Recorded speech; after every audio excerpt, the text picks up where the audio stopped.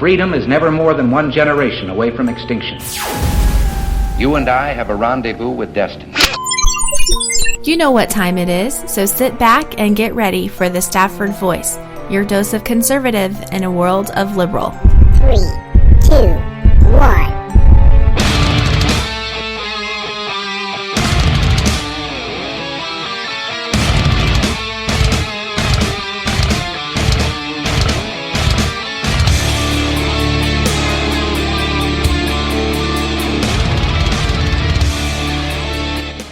Hey, how are you doing?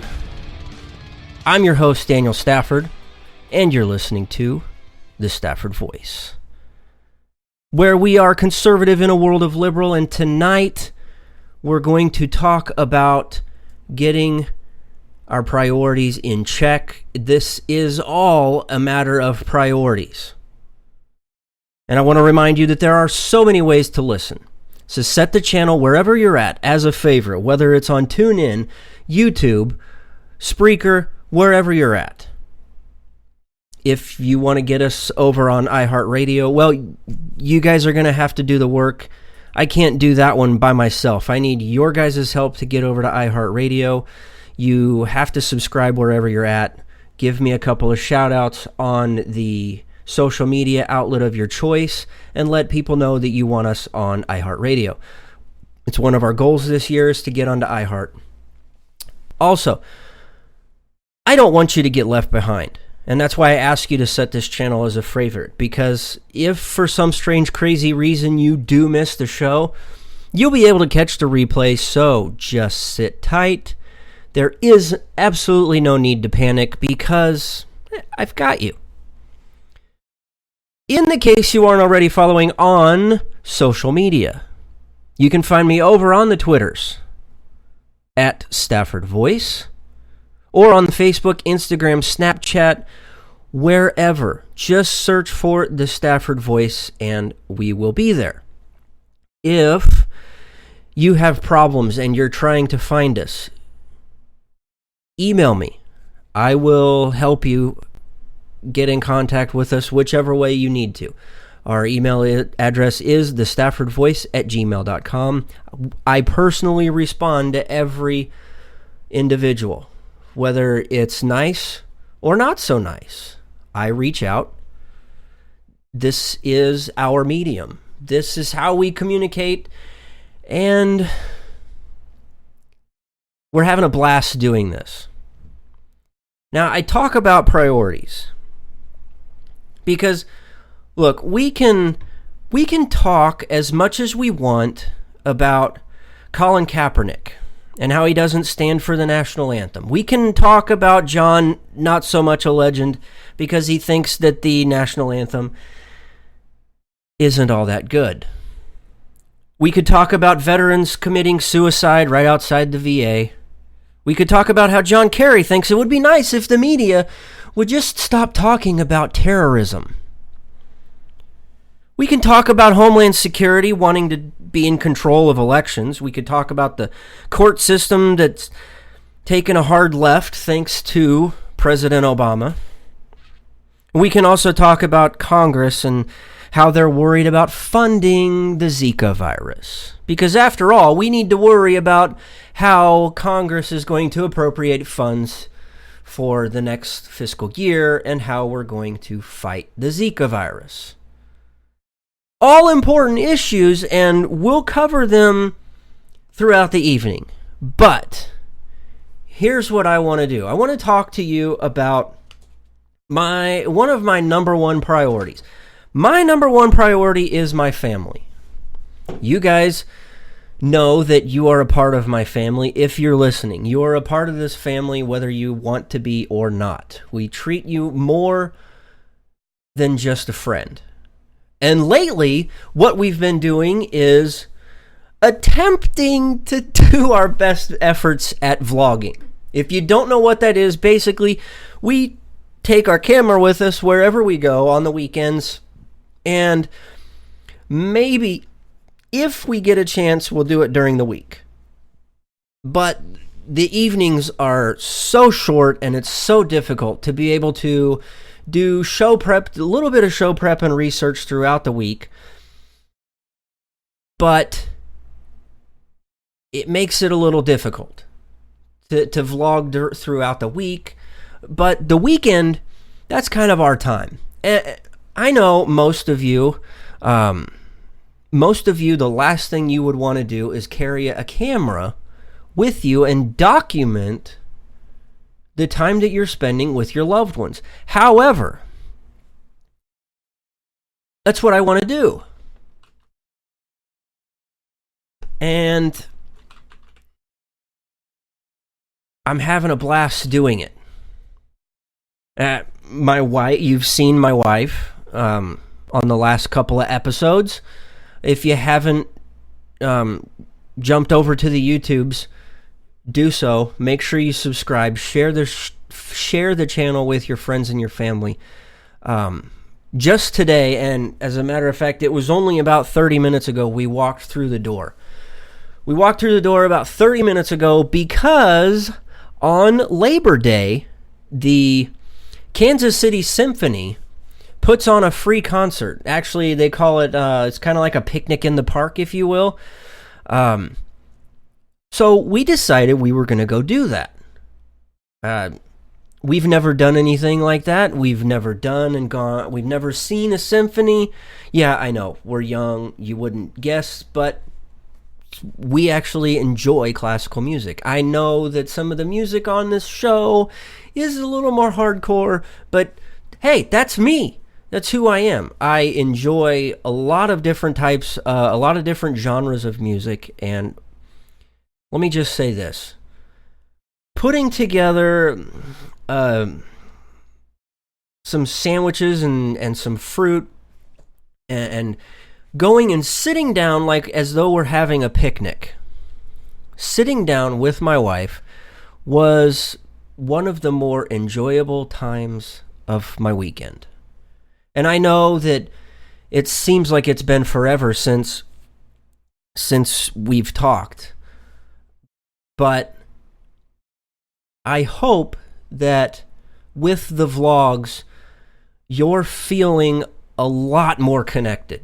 I want you to feel connected with not only me, not only with my wife, but I want you to feel connected with the show. I want you to feel like you're a part. You guys are a part of our lives, and without you guys, we don't know where we would be. It is because of this show that I have met so many influential people in my life, a lot of which I still communicate with, some I don't. We've had our ups and downs. I will admit that maybe some of those are because of me and because I did something wrong. I was probably the reason why those friendships needed to be severed, and hey, that's okay. In their eyes, maybe their stuff is a little more important. It always kind of seemed that way to begin with anyway. But I'm not going to dwell on that. Yeah, I've spent a lot of time dwelling on the past, and I'm not going to do it. Some of the people that I have met are so close. I hold them so dear to my heart that I created an accountability team so that I stay on track. They know where the direction that I want to take this show. They know the direction that I want to grow, not only as an individual, but also as a host and with the show as well. And without their support, we probably wouldn't be here. I will admit that. So, priority number one, obviously, my family, you guys, this show, but there's another something out there that is extremely dear to my heart, and that's our veterans. I was contemplating today, whether I really wanted to talk about Call Girl Kaepernick. Whatever the hell his name is. Frankly, I don't care. I don't care who he is. I don't watch sports. I don't have time for it. It's a child's game. And the fact that you want to sit on your backside and show complete and utter disrespect, not only for our flag, but for our national anthem and the very country that gives you the opportunities that no other country in the world will do, let alone provide you with the financial means to be able to do so, you get paid $19 million to sit and warm a bench because you suck. You suck not only as a football player, but you suck as a person. And your buddy John Legend. I will say this, and then I'm through. If you don't think the words to our national anthem aren't that good, then maybe, just maybe, you could put forth a little effort and write something of your own. The lyrics to the national anthem have stood the test of time. You will not. So go hold hands, sing Kumbaya, and cry about all the opportunities that you're being held down with because you're so oppressed because of this country. Suck it. Go sit on the bench and suck on your thumbs like the little brat baby that you are. I'm done talking about Call Girl Kaepernick, and I'm done with John Not So Legend. I'm not even going to get started on the soccer player that decided to take a knee. Not going to do it. There are much bigger things to worry about.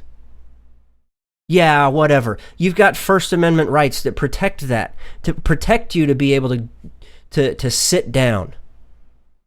Great! Bravo! I've got the First Amendment to shred your little punk ass. But you know what? I'm going to dust my shoulders off, and I'm going to move on with life. Because the very people that you're disrespecting are killing themselves outside of the VA hospital. Good evening, Slick. Glad you could join us. Jessica, I'm glad you're with us also. I see you guys over there in the chat room. Bear with me. You know that I got so many things that I'm watching. It's extremely difficult to respond by typing in the chat room. I'm glad you guys could join us. If you haven't done so, give the show a shout out on social media, whatever it is, whether it's Facebook or Twitter, whatever your social media medium is, give us a shout out. I would greatly appreciate it. So, let me talk about this. We've covered this I don't know how many times. It's no secret that the VA has had problems in the past. They still do, and they always will. Obviously, the veterans are not a priority for the Veterans Administration, let alone the Obama administration. It's not a priority. I'm tired of hearing about suicide rates. I'm tired of hearing about how many veterans are ending their own lives because they can't get the help that they need. There are so many organizations out there that are willing to help. But the administration makes it more difficult than they should. And like I said, we've talked about this before. We've covered how the Government Accountability Office even took time to perform their own study proving that the VA hasn't fixed a damn thing. They haven't fixed one thing. So the report is this, that a guy went to the ER and was denied service. He went to his car and shot himself. But don't worry. Officials are looking into it. Yeah, the same officials who are stonewalling congressional efforts to look into this facility. Why this facility is still open and has the opportunity to do business is beyond me. But Republican Representative Lee Zeldin of New York said this. It's kind of a lengthy quote, but allow me to read this. He says, quote, amid a chorus of complaints and allegations from veterans, whistleblowers, and other stakeholders, there are more questions than answers regarding a number of issues at the Northport VA. The VA is contributing to this uncertainty by stonewalling congressional efforts to investigate. My office will continue to maintain communication with the individuals who contacted us, and we are working with the committee to ensure they have all of the information that they need to investigate. And he continues by saying, Congress's investigation will continue until all the facts are at hand, ensuring our veterans have only the highest quality of care is one of my highest priorities in Congress. Bravo! Jackwagon. We've heard this song and dance before. Have we not? We hear it time after time. No, not the song Time After Time. No! This is the same crap we've heard over and over. We're going to get down to the bottom of it. We've got serious issues within the VA. Now, I'm going to go play a round of golf, and I'm going to think about it. Because, after all, I'm not going to be in office much longer. If I got something to do with that, then I'm going to do it. But, you know how the thing goes. You put your tinfoil hats on, there's people out there. They're talking. They want me to stick around. I got things to do. I'm going to go play some golf. Haven't had much time lately. Oh.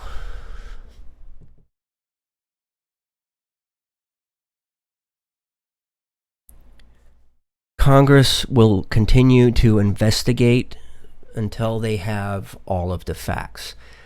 Here is the only fact that you need to know, Slap Happy. The only thing you need to know is this. Veterans continue to end their life because you can't give them the help they need. These people are crying on the street for help. They're crying in their bathrooms, in their kitchens, on their sofas. They're in their cars. They're at the workplace. Hoping and praying that one day they'll get the damn help they need. But instead, they call the VA's hospital, or they call the VA line, and they call the VA suicide hotline and get put on hold. That's right. We've covered that one a couple of months ago. But speaking of Congress, get this. They need more money to stay open and fight the Zika virus. That's right. Congress, the government needs more money to fight the Zika virus. Because after all, we know how pandemic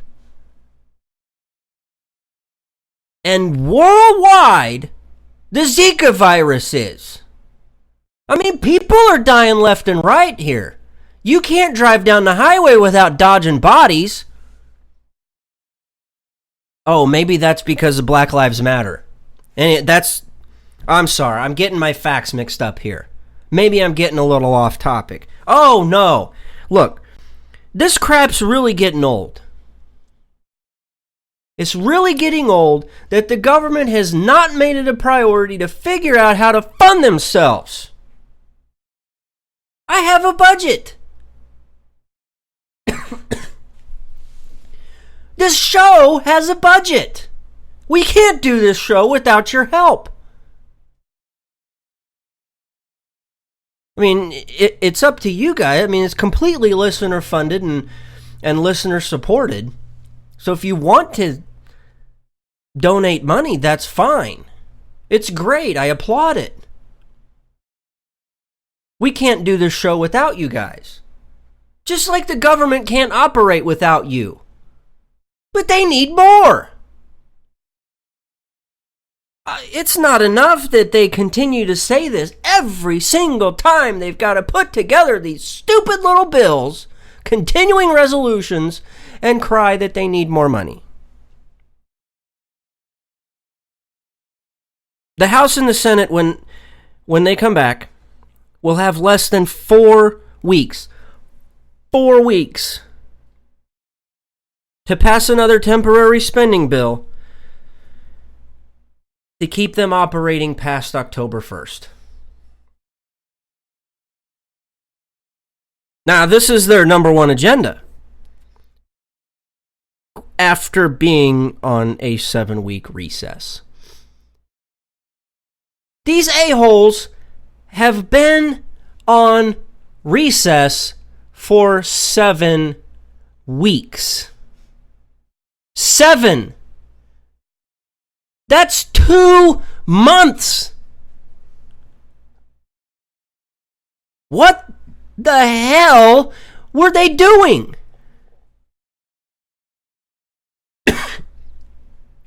Why didn't they spend that time working on a real budget? You know, like you and I have to. Put together a real budget and pass it.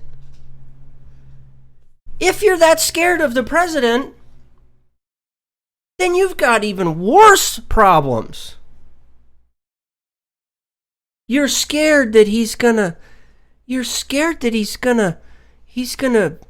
shut your budget down. Oh, boo-hoo! Where? The government still has bills to pay. If the president doesn't want to fund it, tell him to suck it. You're the one going to be responsible. We have a priority to fund this country, and if you, Mr. President, don't sign this budget, it falls on you. It doesn't fall on the House. It doesn't fall on the Senate. Oh, no. It falls directly on you.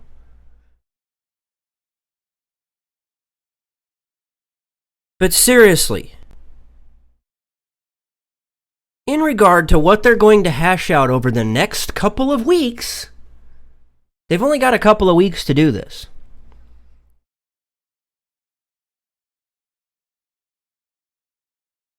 We're going to find out what's really important. This will show what their priority is. You're going to hear how, no, I won't let you fund bridges for turtles until you promise to fund our water supply issues. No, God. Oh, what about the one where I'm not going to fund Hillary hearings on Hillary if you won't promise funds to fight the Zika virus. No. We've got to fight the Zika virus. No, we really don't. We got bigger fish to fry. Huge, okay? Huge, okay? I'm going to say it again. Huge. I mean, look, I like to fish. I haven't fished in a long time, but when I go fishing, I'm a huge fisherman, okay? It's what I do. It's my thing. I don't even know what that means, but it's what I do. Okay, I'm going to catch a fish. It's going to start out this big. It's going to be huge. Okay? Make fishing great again. Ladies and gentlemen, I'm sorry. But I got a little off topic. And as you can tell, my throat is getting a little dry. I've got some water. I promise we'll get back on track when we come back from a break. You are listening to the Stafford Voice, where we are conservative in a world of liberal. When we come back, we're going to talk about how the courts have taken a drastic left turn. We'll be right back. You are listening to KLRN Radio, where liberty and reason still reign. Nothing will protect you quite like your sidearm, so why not give it the protection it deserves? Something as strong as the Second Amendment and stands the test of time, and better yet, made in the USA. A Rebel Road Tactical Custom Kydex holster is that and more. Call now and place your order with Rebel Road Tactical at 682-217-4579. Again, 682-217-4579, or online at rebelroadtactical.com. Some crowdfunding sites are too liberal and keep more for themselves. Even worse, if they don't like you or someone gets offended, they'll cancel your campaign. But not at RWNJ Funding. They hold true to conservative and libertarian values. Plus, they won't cave to the PC crowd. More importantly, they believe in you. RWNJFunding.com. The right cause, the right values, done right. RWNJFunding.com. Terms and conditions apply. See website for details. Conservative in a world of liberal. The Stafford Voice. All right, we are back. That's right, we're back. And seriously, if you're watching our live stream on YouTube, give me a shout out on social media or let me know in the chat.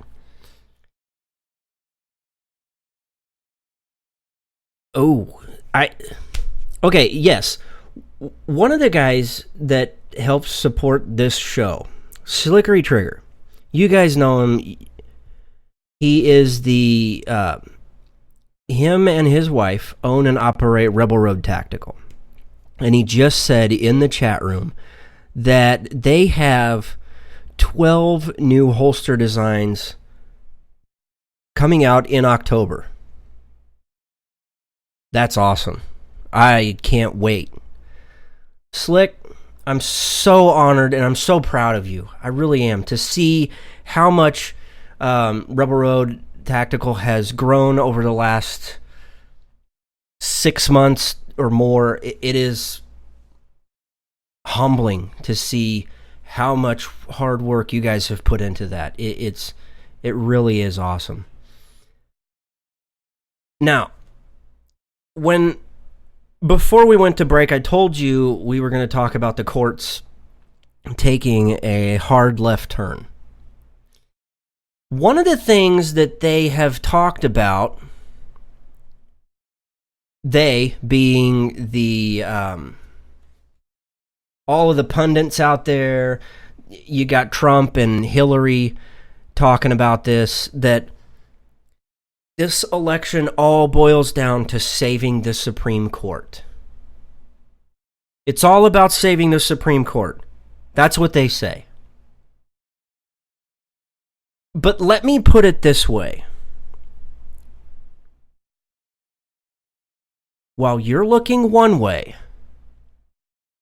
and focusing on the Supreme Court, you forgot everything. You forgot all of the damage that's already been done. More than enough damage. And it comes by way of the lower courts. But if you turn on to the lamestream media, they're going to tell you we have to save the Supreme Court, right?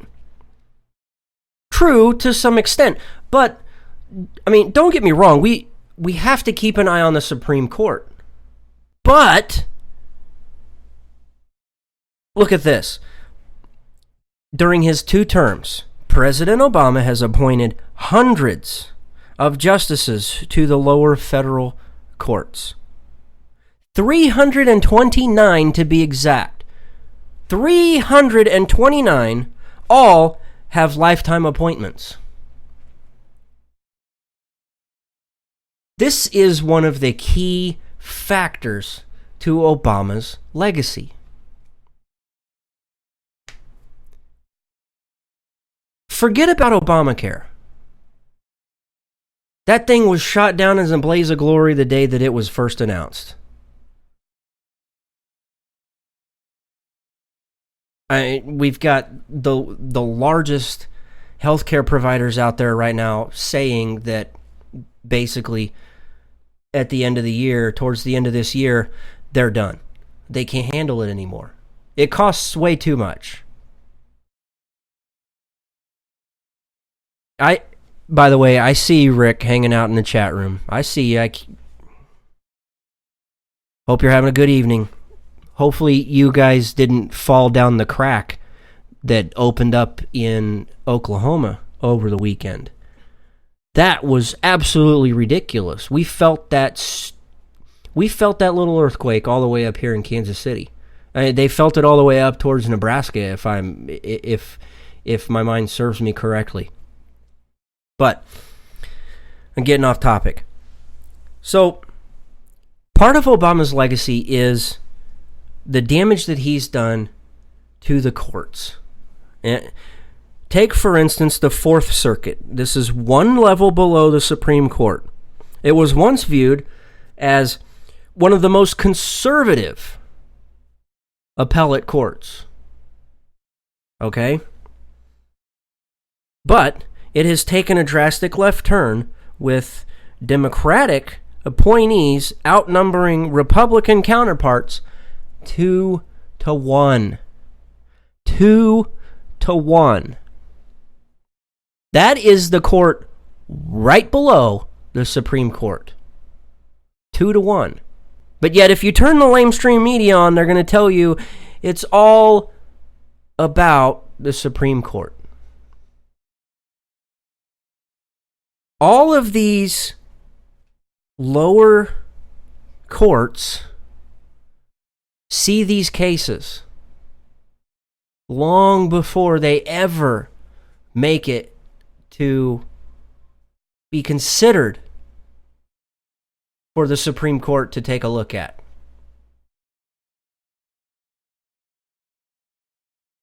Here's another staggering fact. When Obama took office, only 3 appellate courts had more Democrats appointed than Republicans as judges. Now, 9 of the 13 circuit courts are that way. 9 out of 13. Talk about a legacy. And we're worried about building a wall. We're worried about Obamacare. We're worried about all these things. But a lot of the damage has already been done. And it's sad because as we prioritize things and you turn on the nightly news or you turn on talk radio and a lot of people are talking about these big, huge issues. Huge. Like saving the Supreme Court. Oh, the next president of the United States could appoint 3 people to the Supreme Court. Okay, well, what about all the lower courts who are actually deciding on all these issues long before the Supreme Court ever debates whether they're going to talk about them or not?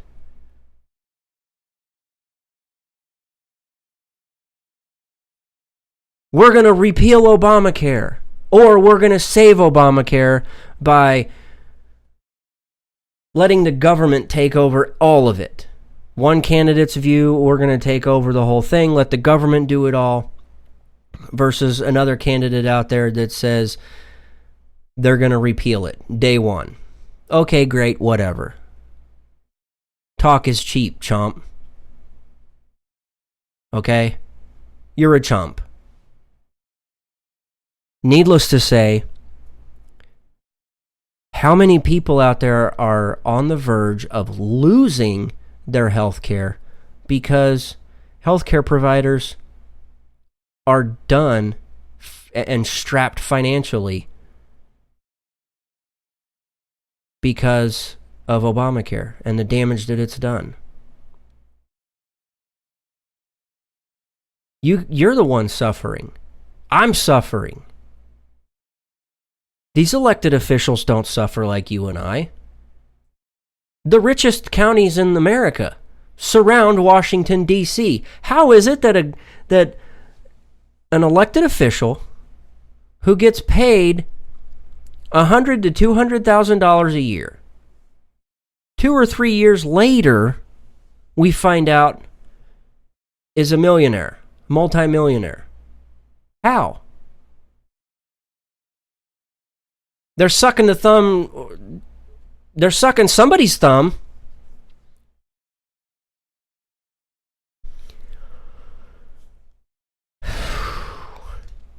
It's absolutely crazy. Now, if you think, if you're at all bothered by that, yeah, let me check the time real quick. I think I got enough time. This is our last one before we jump into our profiles in history and our Who Said That. Hopefully we can fit in the Who Said That. We've got we've got 16 minutes left.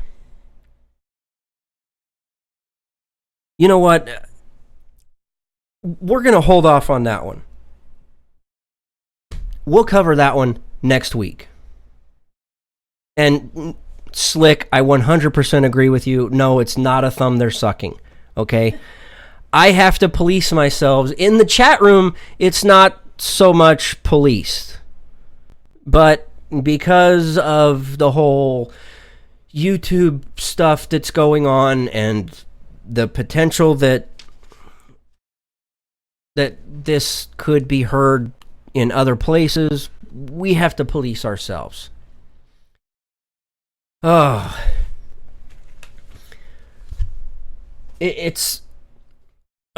there are so many things to cover. Next week, I'm warning you, next week, if we have time, it's going to be tinfoil hat time. Not the first half of the show. The first half of the show, I'm super excited. We've got a guest. We hardly ever have guests, but it seems like lately we've had guests. Last time we had one, it was Jason DeWilkins from the old According to Me show, and we're gonna have him back on in a couple of weeks so we can finish our discussion about the financial stuff and how it impacts us here at home. But next week we have Adam. Many of you guys know Adam. We're going to break down, Adam's going to break it down. He has dove really in depth into the Republican platform. It was 60 to 70 pages long. I have yet to really, really dive deep into it. Throughout the week, I'm going to do my research, and I'm going to read up on it. So I'm super excited to what we're going to talk about with Adam. Super, super nice guy. Couldn't be any more excited to have him on the show next week. Before we worry about getting our tinfoil hats, I'm going to have to get mine out and polish it up. I'll wear it. So if you are watching on YouTube's, I will have my tinfoil hat on to protect myself.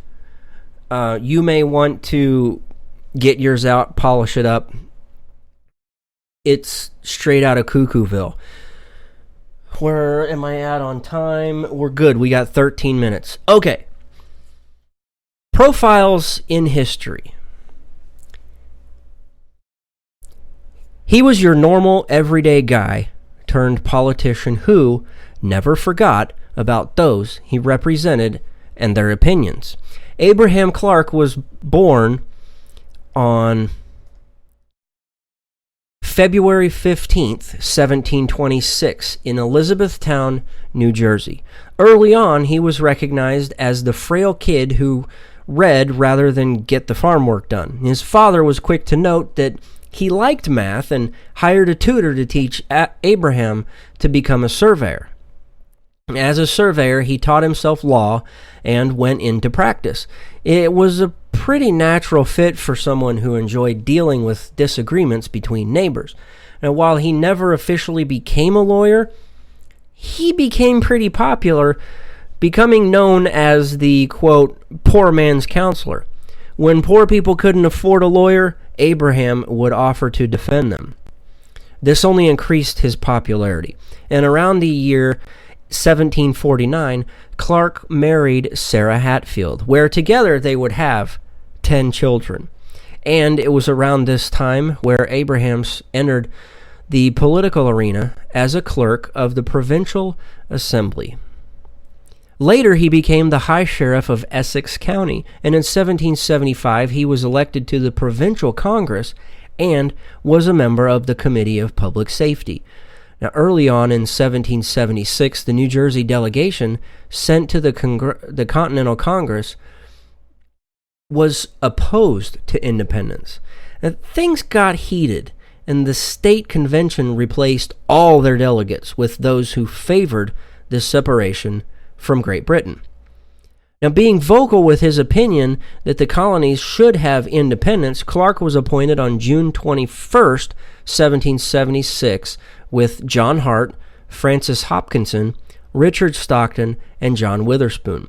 Now, they would arrive in Philadelphia days later on June 28th, just in time to hear the final debates on independence. And on July 2nd, Abraham Clark cast his vote for independence, as well as approving the adoption of the official wording of the Declaration of Independence 2 days later. Along with others, Clark was cautious of Washington's power during the Revolutionary War. Let's just put it this way. Abraham said there was, quote, no greater cruelty to complain of than the management of the army. And he was rather intimate with the army, as 2 of his sons were officers in the Continental Army, both of which were captured, tortured, and beaten. One was held in the horrible conditions of the infamous prison ship Jersey, which was notorious for its brutality, where he was thrown in a dungeon and given no food save what was shoved through a keyhole. The British offered the lives of his sons if he would only recant his signing and support of the Declaration of Independence. He refused. Abraham Clark would remain in the Continental Congress through 1778, where he was elected as Essex County's member of the New Jersey Legislative Council. That wouldn't be his only time elected. New Jersey sent him back twice from 1780 to 83 and again from 1786 to 88. And he was selected to represent New Jersey at the Constitutional Convention, but sickness prevented him from going. However, it didn't keep him from voicing his opinion. At first, he was opposed to the ratification of the Constitution because it did not have a Bill of Rights attached. During his 2 terms in the House of Representatives, he was always working to eliminate privilege and the creation of an elite class. He was a proponent of the common man, especially supporting occupations of production, as he felt they were the lifeblood of a virtuous society. Now, unlike those who demanded deference to elected officials, Clark would encourage constituents to petition their representatives when they thought change was needed. In 1794, he called for all trade to be cut off from Britain until they had paid damages for American ships that were seized during the war, and until they removed their troops from forts as they had agreed to do so in the Treaty of Paris in 1783. If it had passed, it would have tied the hands of Washington's administration in negotiating with Britain. It was approved in the House, but because of a tie-breaking vote, cast by Vice President John Adams, it was defeated in the Senate. Congress adjourned in June of 1794, and Clark retired at the age of 68 from public life. 3 months later, in Rahway, New Jersey, on September 15th, 1794, he suffered sunstroke and passed away. And that is this week's Profiles in History. Whew. You know, it's interesting. It's interesting as we take a look at these people who signed the Declaration of Independence. As we take a look at these people, we realize what they were willing to give up. We realize what their priorities were. As you can tell, it was a priority of Abraham Clark to declare independence. We've profiled those who risked millions. Here was a guy that not only risked a fortune that he made for himself and made a name for himself, but we have a guy who not only put his life on the line, but risked the life of his own family.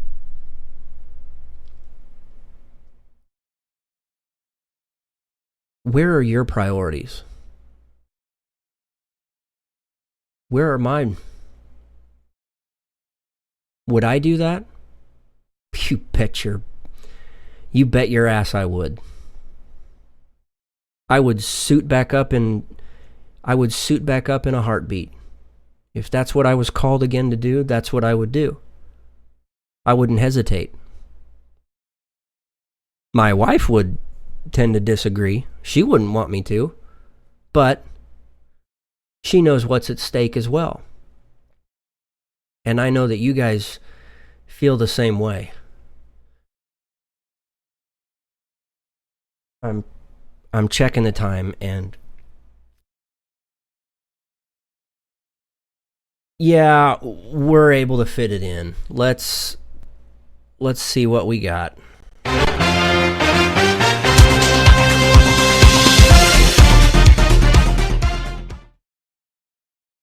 By that sound, it is time for Who Said That? This week, you know what? We're just going to play it. We are just going to play it, and we're not going to spend that much time on it, because I think you'll pick up on it rather quick. Have a listen.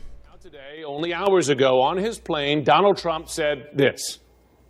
Can you rule out that one possibility in that determination I'm is not ruling out. No.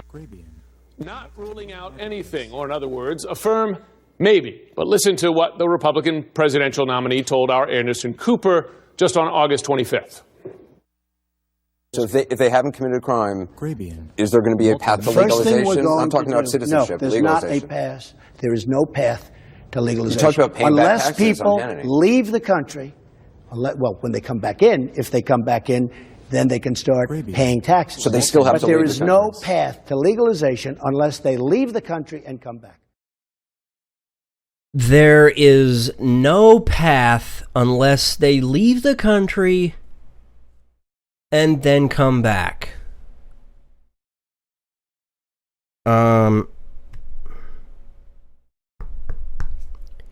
Where to start? Okay, that soundbite first covers what he said over the weekend when he was on his plane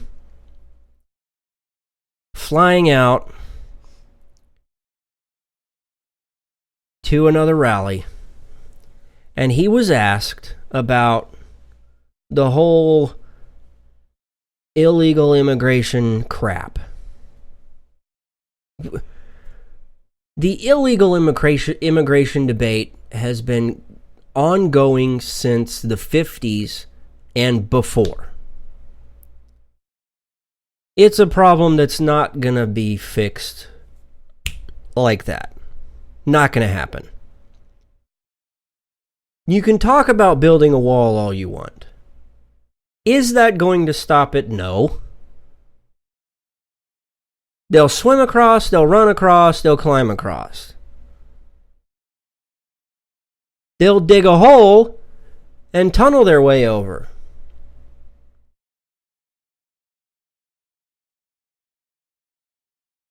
But I want to touch on what he said in the second half when they were referring to what he said late in the month of August, where he talked about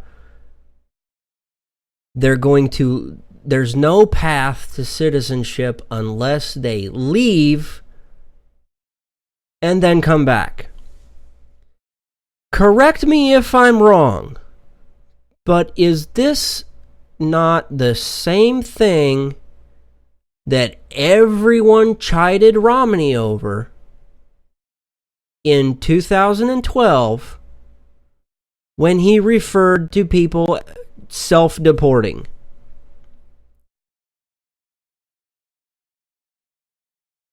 Anybody? Bueller. Okay. Yes, that's because everybody made fun of the idea that people were going to self-deport. And now Trump is out there doing and saying the same thing. But if you ask his spokesperson, Katrina Pearson, she's going to say that he hasn't changed. He's only changed his words. I don't even know what the hell that means. And I don't think she does. She just talks out of her butt the whole time. She has no clue what she's saying 95% of the time.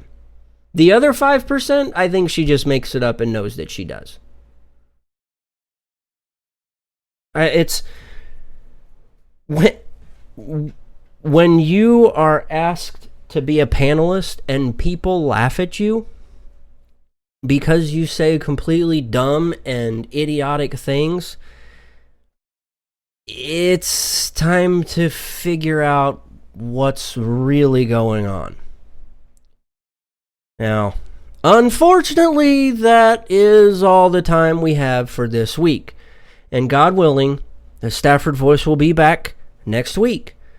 You can follow me on Twitter at Stafford Voice. Look me up on the Facebook, the YouTubes, the Instagrams, the Snapchats, wherever you are. All you got to do is just search for the Stafford Voice. Hit subscribe, hit like, give me a shout. You guys are friends, you're family. We're family here. If you don't want to do that, then feel free to email any of your questions, comments, or concerns to thestaffordvoice@gmail.com. I want to thank you so much for your time, and until next chance, thanks, and God bless.